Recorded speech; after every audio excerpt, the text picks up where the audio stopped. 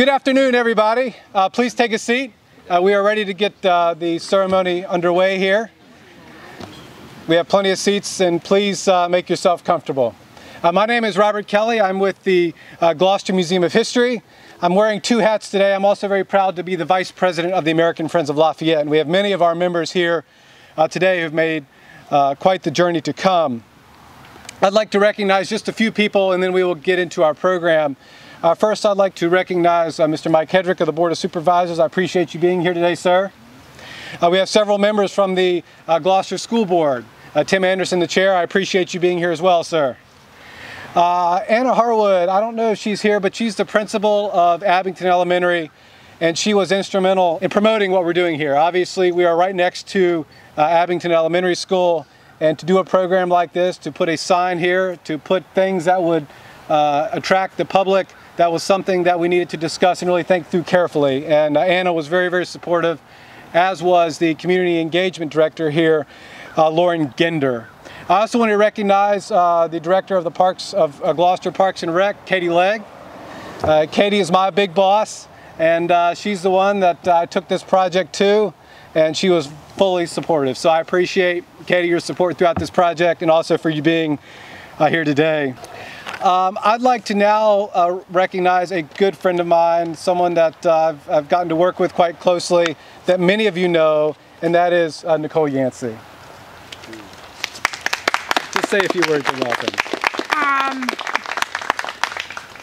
On behalf of the member of this committee that make the project possible, of course, I thank you for honoring us with your presence tonight, and I'm going to give the faith back to We're gonna have a lot of fun this afternoon. Robert, we are exchanging speaks, but he's going to introduce one of our guests. So when we were putting this little program together, everyone on the sign committee, they turned to me and said, we have to have Carol Steele say a few words.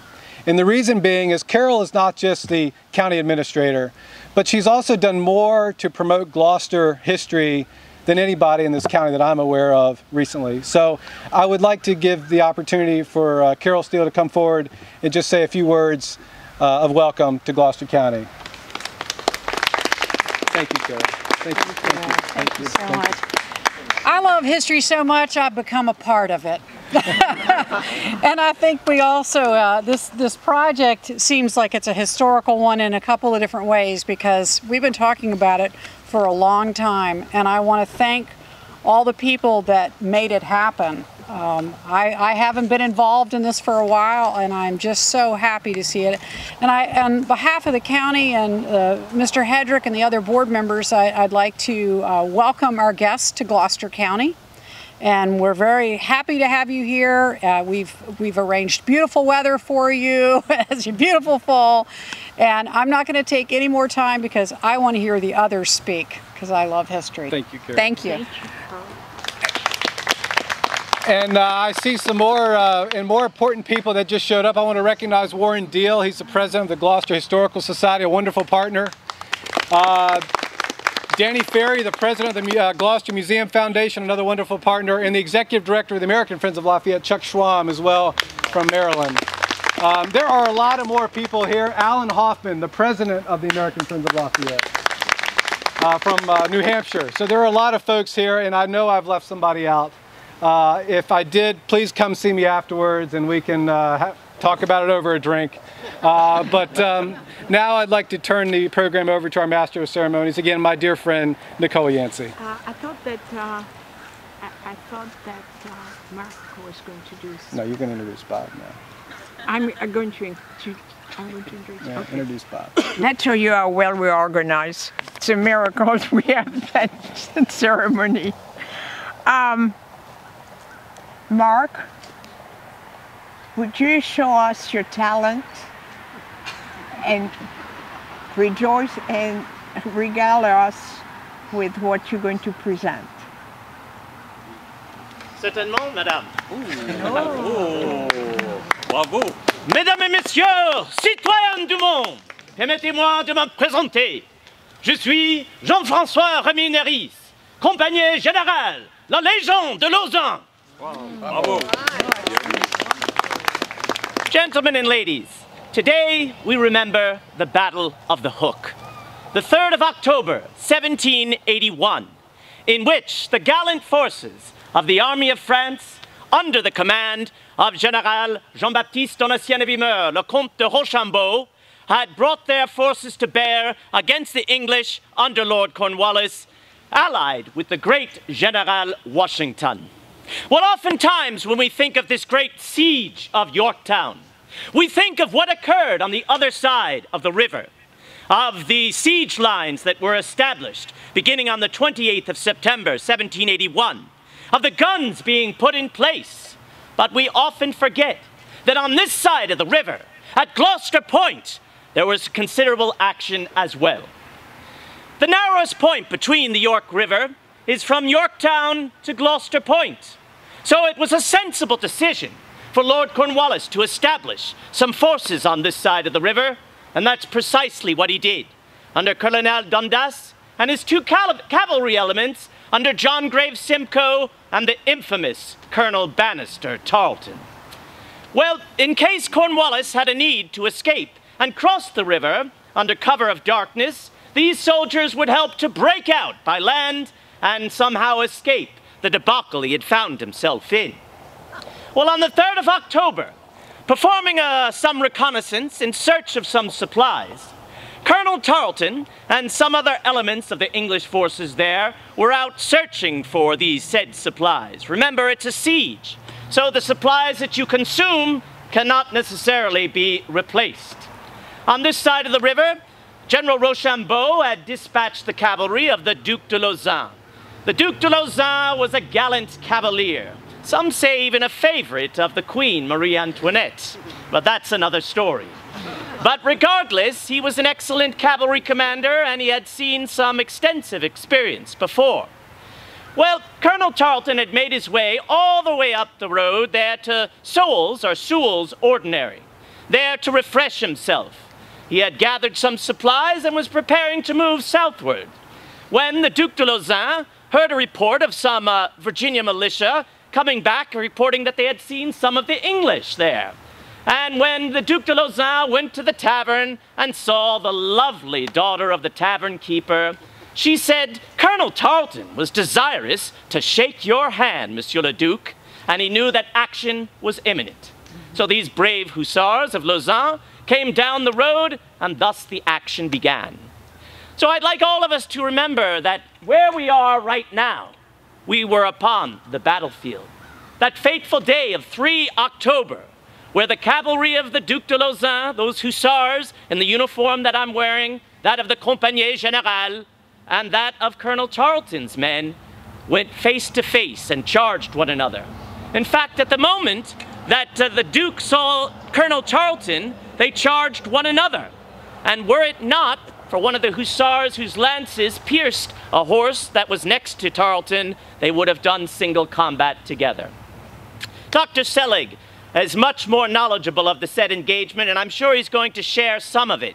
But I'd like all of us to remember not only what occurred here, upon this soil, for the great Battle of the Hook, but even the greater story of the Grande Alliance between France and the United States of America. For there would have been no Battle of the Hook.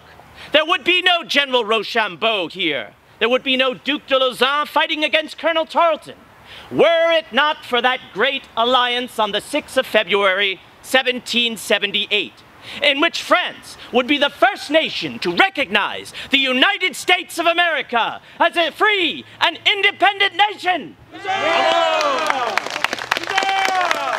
And then she declared war upon England, thus changing it from a rebellion, a civil war of sorts, to a world war, with England's resources being brought far and wide across the globe to defend her colonies in the subcontinent of India, Africa, the West Indies, Europe itself, and try to put down this rebellion here in North America. It would be the turning of the tide with the arrival of the French, with money, materiel, with their grand army and their grand navy that would spell victory in this noble cause. So on this occasion, as we remember this, let us never forget the grande alliance entre les deux pays. Vive la France! Vive les États-Unis d'Amérique!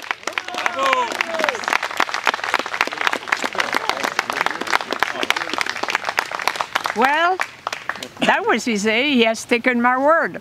So tomorrow, as you know, we will celebrate the victory of Yorktown, and now we know that the surrender of the British troop to the Allied army, which followed the siege, would not have happened if it hadn't been for the Battle of the Cape, first in September, and later here in early October, the Battle of the Hook.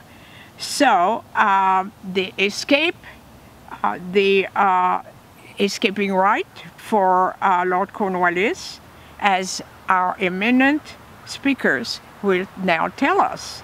So it's a pleasure to welcome my very dear friend, Dr. Robert Selig, a leading historian with the Washington Rochambeau Revolutionary Right Association. Thank you.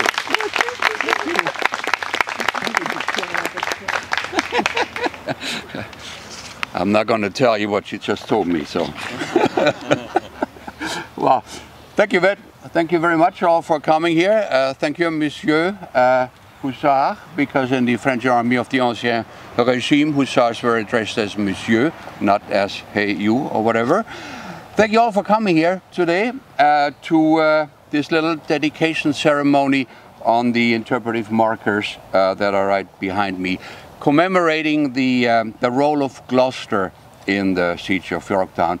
And I think it's about time for the world to know and to learn what happened on this side of the York River, because for almost 250 years now, when people talk about events in this neighborhood here, they're talking about the siege of Yorktown, and we probably can't change that. But what we can change, and I hope this, and I think these two markers will help us in doing that, what we can change is that the rest of the world will find out about the crucial, about the pivotal role of Gloucester and Gloucester County in the siege of Yorktown. Because when we talk about the siege of Yorktown, we're talking about a siege ring around British forces. And yes, there are things going on over on the other side of the river, but there's also a part of the siege ring that is provided by the army on the Amiral de Grasse, and we commemorated that last year. But the third part of this siege around Yorktown is, of course, here in Gloucester County. It's here where the siege ring is closed, and contemporaries were very much aware of the fact that the siege would only be successful if that siege ring around British forces was impenetrable. Cornwallis knew by the 5th of September that two of his potential escape routes were closed. Washington and Rochambeau were in Yorktown, Amiral de Grasse was out in the Chesapeake Bay. That left Gloucester. As Cornwallis fortified Gloucester over here, and let's not forget, by the time British forces surrender, there are over 1,200 British troops over here. There's all close to 20% of the forces available to Cornwallis.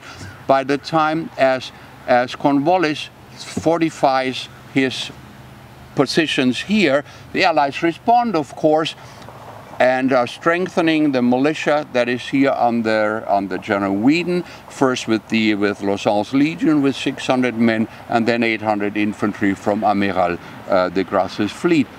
Over here in Gloucester, there's not a single Continental Army soldier. These are British, these are French line troops and Virginia militia.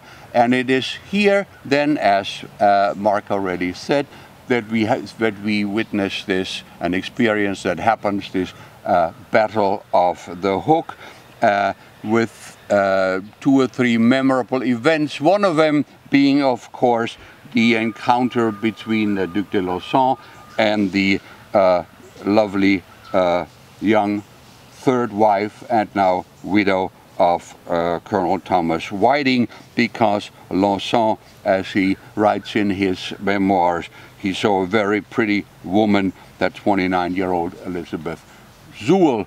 And that gives me the opportunity to welcome a couple of descendants of Mrs. Whiting. Beth Richardson, where is she? There she is. Welcome. And your daughters, where are they? She's still stuck in traffic, I'm sorry. Okay, well, I hope it's not the British that are holding them up. But thank you very much for coming here. It also gives me an opportunity, if you don't mind, to thank another person who has done as much as anybody to keep the memory of the Battle of the Hook alive, and that is Colonel Burris. Where are you? Bucky, stand up. Thank you. Because together with Carol, Steele, with Colonel Burris, organized a reenactment of the Battle of the Hook, in 2006, 7, something like that. At least it wasn't this century, which is good. And then they were vital in providing some funding for a battlefield protection program study that we did, which is about 800 pages long. And it's available online. And so we witnessed this encounter in the Battle of the Hook on the afternoon of the 3rd of October, with the result that Tarleton is forced behind his defensive lines, never to reappear again. But it's only now that the third escape route for Cornwallis has been shut off, that the sieging is complete, and after the 3rd of October it's only a question of time until Cornwallis has to surrender. And here lies the real importance of the Battle of the Hook. Thank you very much.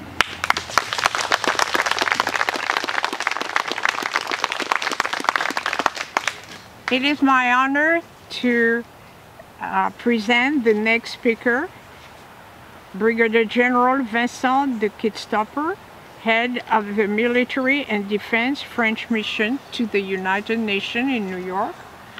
I'm happy to present you General Kidstopper. Merci beaucoup, Nicole.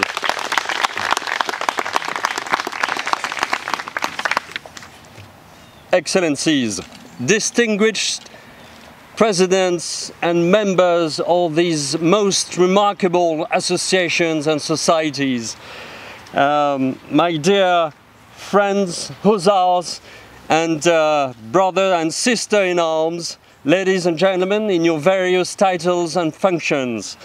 It is truly a great honor and a true privilege to be standing in front of you today. And on behalf of Major General Bertrand Jardin, who is the defense attaché in Washington for France. Unfortunately, he could not attend here for duty reasons, and that's great for me. Today's celebration, ladies and gentlemen, is the perfect embodiment of this outstanding and epic Franco-American military alliance that began some 243 years ago. As a former French hussar, I'm so proud that one of the most gallant actions of the French Expédition Particulière, the expeditionary force under the leadership of General de Rochambeau, was a cavalry engagement, one of the few of the American Revolution. This Battle of the Hook provides America's earliest example of a perfect joint Franco-American operation. It also provides a perfect example of the tradition of esprit de corps and military camaraderie that has united the French and the American military ever since. The successful outcome of this first fight, or rather, Dr. Selig, armed skirmish, undoubtedly boosted the self-confidence of the Allies. First, let us give honor where honor is due. The engagement of the Duc de Lauzun's legion, hussars and lancers, those brave horsemen, along with Lieutenant Colonel John Mercer's Virginians, have greatly succeeded to defeat the infamous Lieutenant Colonel Tarleton Dragons, the gallant Royal Welch Fusiliers as well, and Lieutenant Colonel Simcoe's Queen Rangers. The epic combat is not only a tactical victory, where it stops any enemy foraging party, but it is also a strategically significant, for it seals off any possible way of exfiltration to the north from Gloucester Point. The British and their mercenaries are therefore tightly corked in Gloucester. Ladies and gentlemen, dear friends, in this very place we need to remember that peace has a price. This price is the life of hundreds, thousands of young soldiers fighting together and dying for a noble cause. Here in Gloucester, in Yorktown, there in Bois-Belleau, or on the beaches of Normandy, there in Korea, in Iraq, in Afghanistan, in Syria, young fellow soldiers, aviators and sailors were ready to sacrifice their lives. Here in Virginia, the French soldiers came to America to defend the right of the American people to enjoy freedom and to gain liberty. Ever since the Battle of Yorktown and this very Battle of the Hook, both our countries have been fighting shoulder to shoulder to defend democracy and freedom in the world. That bond still unites the United States of America and France to this day. It is important to maintain this heritage and to remember that the United States of America and France form one of the oldest military alliances. The brotherhood in arms that unites American and French soldiers was first sealed in the blood shed together on this very battlefield. It lasted throughout the following centuries and continues today under the following motto: one team, one fight. Vive Washington, vive le général de Rochambeau et vive le Duc de Lauzun, mais vive les États-Unis d'Amérique et vive la France!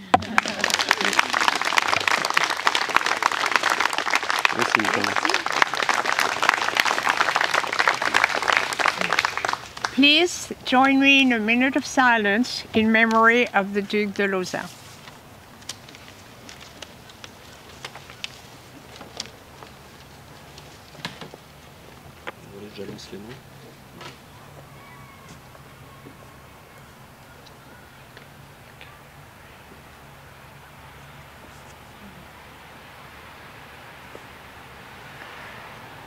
We will.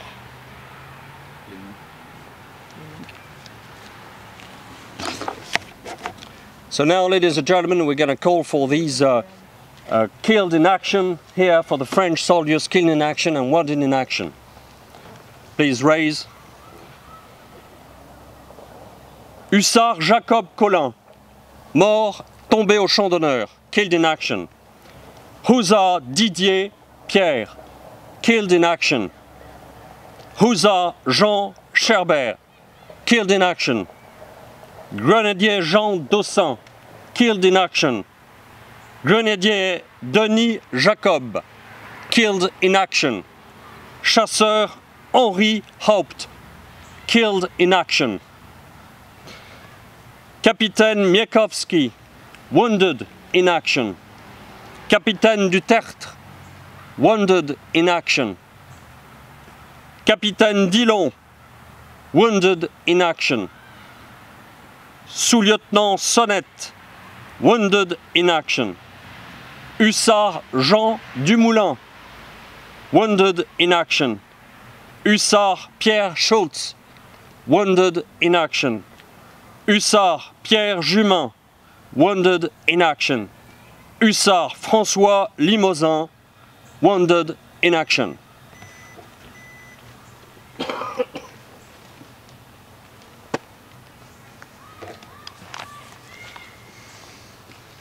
We will now lay the wreath, and we also, yeah. Je vais dire quelques mots avec Oh, okay, okay. Please. To conclude this ceremony, I would like to introduce myself, Thierry Chonu. I'm the president of the American Society of Le Souvenir Français, whose prime mission is to honor the memory of the soldiers, sailors, and aviators who are buried in the United States. But to honor their memory is also to tell their story. And I would like to express my deepest thanks to the committee of the plaque who made these wonderful markers possible, to the Gloucester County officials who allowed us to have these markers. And very tellingly, we don't do it just for ourselves, we do it for the younger generations. And I think it's so incredibly telling that these markers are in a playground where you can hear kids laughing, playing, in the same place where soldiers actually were wounded and probably had different sorts of cries. We're also very honored to have, in addition to the distinguished guests, Mr. Richard Azaro and Lonnie Legrand, who are from the Society of Honor Guard of the Tomb of the Unknown Soldiers in Arlington. And I'm very moved by your presence, because tomorrow morning, I presume most of us will be at 8:30 in the morning in the French cemetery in Yorktown. And to think that the Tomb Guards have adopted as one of their own those 50 French soldiers and sailors who are in that mass grave is very moving. And as president of the American Society of Le Souvenir Français, it is a great, great honor to have you. And after we unveil the marker, we will be honored if you would lay a little bouquet next to our flower arrangements. Now is time to unveil those markers. They are covered by two flags, one of the French Royal Navy to my left, and the Royal flag of France to my right. I'm going to ask Admiral de Repillier to join me in unveiling those markers, because those hussars were on horses, but they were also fighting alongside the Compagnie d'Infanterie de Marine. They were French Navy, actually part of the French Navy, and this is why we have Admiral de Repillier. It's a great honor, sir, to have us, to have you with us. It's my honor to be with you tonight. So, shall we? Should we?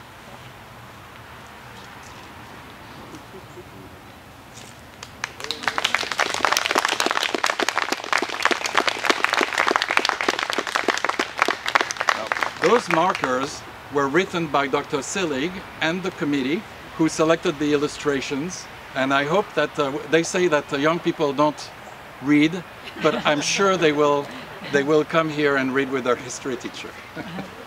Next to the other marker.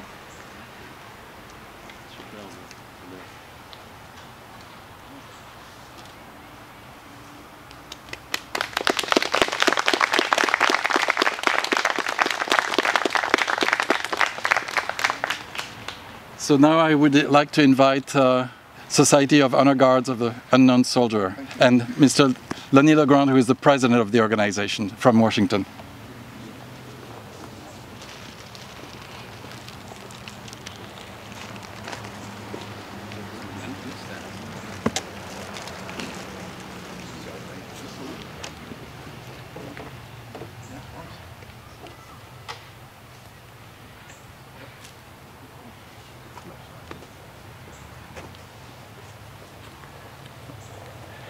Thank you very much. Nicole, je vous laisse la parole. This concludes the ceremony. Thank you for being here and participating with us in this dedication. We hope to see you tomorrow in Yorktown, bright and early. Those who would go to the cemetery, please be in the motorcade no later than 8:20. So the motorcade will leave exactly at 8:30 to go to the cemetery. Thank you very much, and hopefully see you tomorrow.